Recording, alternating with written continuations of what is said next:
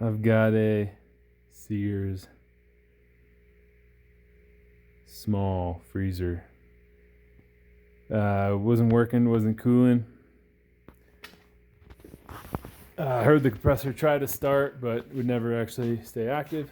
So took it apart. All right. Center screen is a starter relay. Here's the old one. No real signs. Maybe got hot, got dirty, whatever. Took it out, put in a new one. Part number is right there. Put in a new one. And as you can see, it is working and cooling. So that's what worked for me. Later.